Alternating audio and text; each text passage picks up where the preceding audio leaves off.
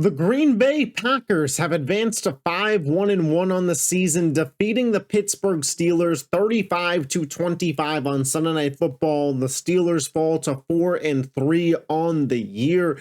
There is so much to unpack in this game, from the game itself in the micro to the future looking forward for the Packers, and why I think that there were certain things we saw in this game that lead me to believe that they can actually go on a real deep postseason run this year and maybe even win it all. And for Pittsburgh, some real concerns that are starting to catch up with them.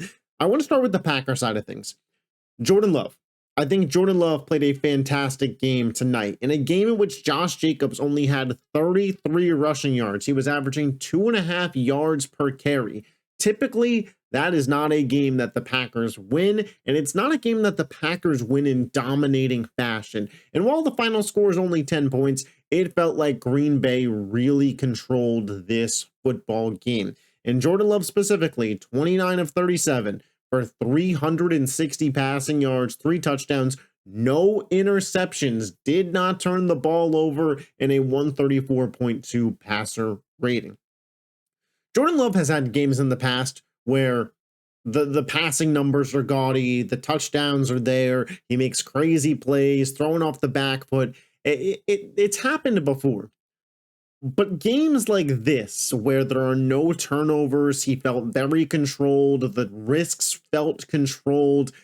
Maybe it's just me, maybe I'm living in the moment.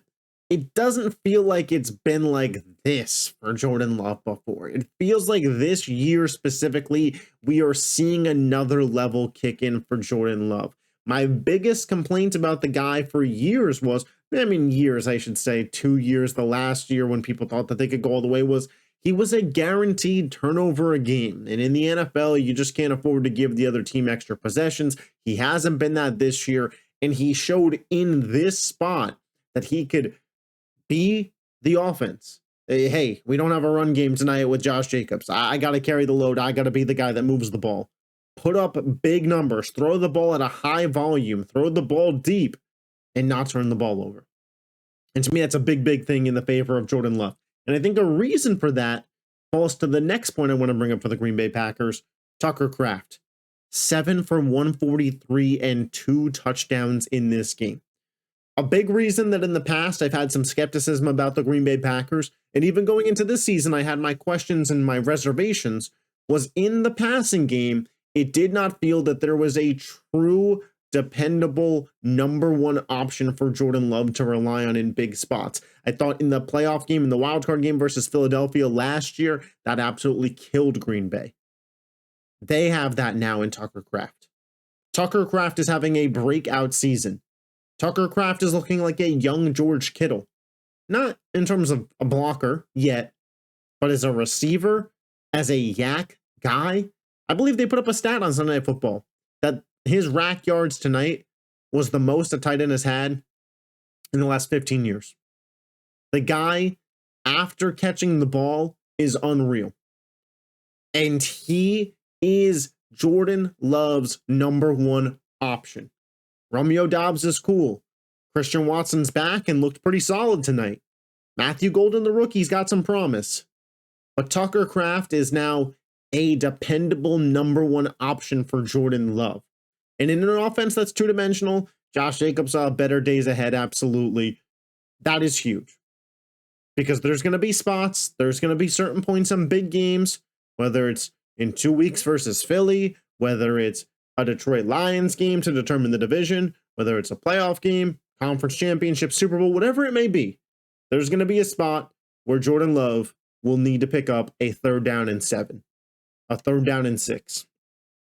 And before this season, before what we saw to Tucker Kraft, I didn't think that there was a guy, yes, that's who we go to. A lot of teams have it. Some teams have multiple. It felt like to me before this year, Green Bay didn't have any. People will say Romeo Doubs. I'm not buying it. But Green Bay has it now in Tucker Kraft. And the third point I want to bring up in Green Bay's favor as to why I think this team has real Super Bowl aspirations. Because Jordan Love, consistently playing good football and not turning the ball over, a real number one option, a defense that has multiple high-level players. Obviously, what Micah does, we see it on the field. He had a sack tonight, plenty of hurries, made Rodgers really, really uncomfortable. And then Rashawn Gary getting to play off of that. They're one of the best 1-2 punches at edge rusher in football. I think we all kind of know that. Jerian Cooper has really, really stepped up this year. I thought he was fantastic in this game. I believe he forced a fumble. Am I correct on that? I believe he forced a fumble. He didn't recover one, but I'm pretty sure he forced one of the fumbles. He played really, really solid football tonight. In the secondary, man, they got guys that are breaking up passes. They have a real strong defense. So everything that you wanted to see from Green Bay in terms of why you would believe in them was absolutely on display in this football game. For the Pittsburgh side of things, listen, Steelers fans, if you are upset about the officiating in this football game, I don't blame you. To be honest, I do think it was in favor of the Green Bay Packers in terms of what calls went which way. Now, I'm not hey, blame the officials for the loss. And I don't even think if you're a Steelers fan, it's fair to blame the officials for the loss in this one. I felt like you were pretty outplayed, especially in the second half. Green Bay got going. Were there some bad calls not in your favor? Was that one play for Rodgers, clear encroachment that they just missed? Absolutely. Did I think Tucker Kraft committed offensive pass interference on that 59-yard catch? Yes, I did. Do I think that if those two things are called, that the Steelers win this game? I don't, personally, at this point in time. I actually still think Aaron Rodgers could ball. I don't think that this loss was on him. I just think that they lack dynamicism to their offense, man. I don't think that DK Metcalf is an elite wide receiver, and I think he can sometimes do more harm than good. In this particular game, we saw it. The emotions got the best of him. The unnecessary roughness penalty backs them up, and it's a killer. Pittsburgh had plenty of negative plays in this game, and their offense isn't dynamic enough to overcome negative plays, whether that be sacks, penalties. I mean, anytime that Pittsburgh is behind the sticks on a drive, you know how it's going to end. Did any Steelers fan watch, did any NFL fan watching this game think that Pittsburgh, if on first down they were sacked and it was 2nd and 17, we all knew where that was going. A nowhere play on second down and a give up play on third down to pick up 4 to 5 yards and a punt. I felt like I watched that drive 4 or 5 times tonight. They are not dynamic enough offensively to overcome mistakes. Everything has to be on time and everything has to be on rhythm. And when you have a 41-year-old quarterback who isn't the most mobile and isn't the playmaker he was when he was an MVP, that's how shit's going to be. It's got to be on rhythm. I think Jaylen Warren's cool. Do I think he's an elite back? No. Do I think he's Josh Jacobs level? No. And the defense has to be the biggest disappointment of Pittsburgh's season. Because I think we all knew coming into the season, right? Pittsburgh's offense isn't going to be super dynamic. It's going to need to be on schedule. Rodgers is going to have to make 1 to 2 plays a game. But this defense has had stretches where it's been really good, but it's also had stretches where it's just been flat out terrible.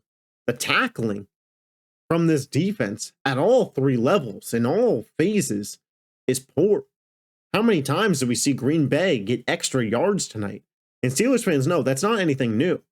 Not to take credit away from Green Bay's guys for doing their thing, but this is a Pittsburgh problem. This secondary, Darius Slay, not what he once was. Joey Porter Jr., kind of a little disappointing.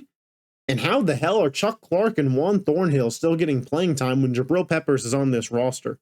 I watched Juan Thornhill try to Odell Beckham Jr. an interception on a ball that was 5 yards behind him, instead of just playing up and covering. A 2-point conversion to Romeo Doubs. He was wide open. I like TJ Watt. Obviously, we all know who TJ Watt is. Derek Harmon, pretty solid rookie. And there's pieces all across. Cam Hayward, Peyton Wilson, Highsmith, Joey Porter Jr. that we like. But this defense right now put together is not executing. And that's just not something we've been able to say in the past for Pittsburgh Steelers teams. I've been a Mike Tomlin defender, but is there a real conversation at the end of this season to fire Tomlin if you choke away this division? Because I'll tell you what, Pittsburgh, it's not right now, but we're potentially 1 week away from the Baltimore Ravens being 3-5 and the Pittsburgh Steelers being 4-4, and them still having to play each other twice this season. So a division that felt like it was all Pittsburgh a couple of weeks ago, and how on earth could anybody else compete for it? We're 1 week away, and Baltimore plays Miami, and Pittsburgh plays the Colts. So you tell me where you think that's going to go. We watched Emmanuel Wilson average 5.5 yards a carry. We watched Chase Brown average 10 yards a carry. What the hell is Jonathan Taylor going to do to this defense? Pittsburgh has some real concerns. This was overall a fun game. A quick recap of the stats.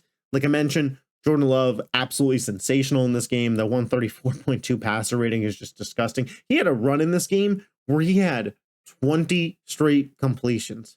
That man absolutely balled out tonight. Jacobs didn't do much, didn't have to. Tucker Kraft, an absolute beast. Shout out Christian Watson, man. Coming back from that torn ACL pretty quick. He looked really, really solid in this game. Jalen Warren is what it is. Roman Wilson getting involved. I mean, that's at least nice to see if you're a Pittsburgh Steelers fan. Roman Wilson, just the play time hasn't been there for a guy that was drafted to be great. I want to go to the team stats here and kind of talk about where, because I mentioned that I believed Green Bay outplayed Pittsburgh and that if a couple of calls had gone their way, I still don't think the game's much different. We're looking at 6 more first downs in this game. We're looking at 150 additional yards in this game. Most of that coming from the passing standpoint. In the red zone, 3 of 5 versus 1 of 1. Penalties, virtually similar time of possession.